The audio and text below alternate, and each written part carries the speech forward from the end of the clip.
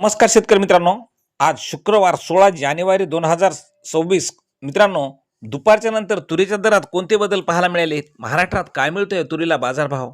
पहा, वेळ न लावता चॅनलच्या माध्यमातून, पण चॅनलला अजून सबस्क्राईब केलं नसेल तर चॅनलला सबस्क्राईब करा, कारण जेणेकरून असेच नवनवीन बाजारभावाचे व्हिडिओ आपल्याला पाहायला मिळतील.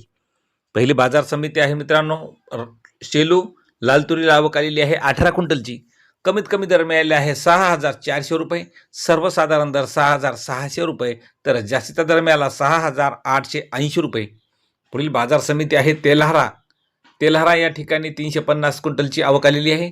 कमीत कमी तुरीला दर मिळाला 6,800 रुपये, सर्वसाधारण दर 7,250 रुपये, तर जास्तीचा दर मिळाला 7,360 रुपये. पुढील बाजार समिती आहे चांदूर बाजार, आवक आलेली आहे 119 क्विंटलची.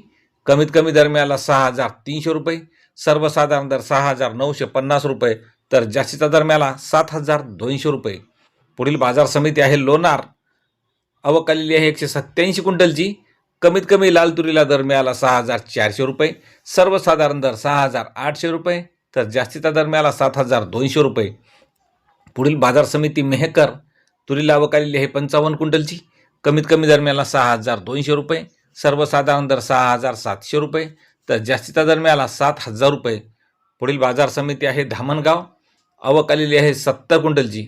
कमीत कमी दर मिळाला 6,305 रुपये, सर्वसाधारण दर मिळाला 6,595 रुपये, तर जास्तीचा दर मिळाला 6,670 रुपये.